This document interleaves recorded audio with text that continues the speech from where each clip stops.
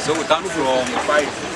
Ministry ya mizi n'obuhangwa bwensi okurabira mu nkora yayo ya strategic water town supply and sanitation kandi nkuragigenderire kuhisya mizi mu town council amagomboro hamwe n'ibyaro.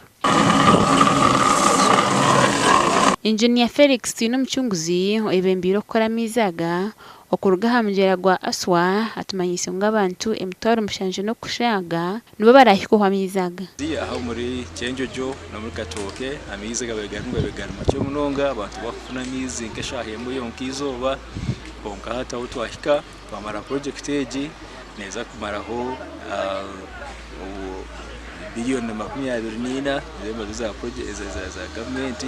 ikurwa mu government of Uganda na African Development Bank. Amizaga twagahereza national water kugira ngo etandike okugareberera nehereza abantu service nehereza abantu amizi marungi akire kona ataliho kugira kugira ngo gayemerera power yabura ebintu nkebyo. Tino mchunguza yenjere yatubanisa ngo amizaga bakamara kare okugatasya aba National Water and Sewage Corporation okukora umurimo ugo kusya mizaga umubantu bari kugenda. Eji project neza kwa leta miziga kushika miliyoni 2 liters miliyoni 2 buri zoba kongera mu system ezi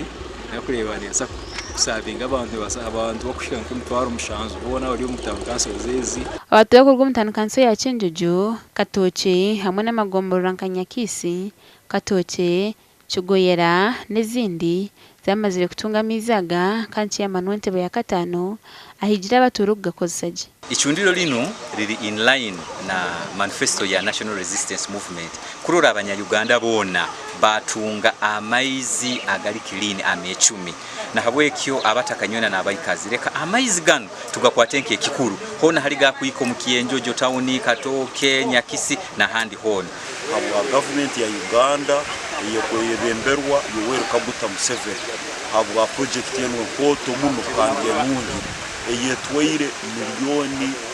biriyooni 29 ebikaro bya Nyakisi bya Katoke bya Kyenjojo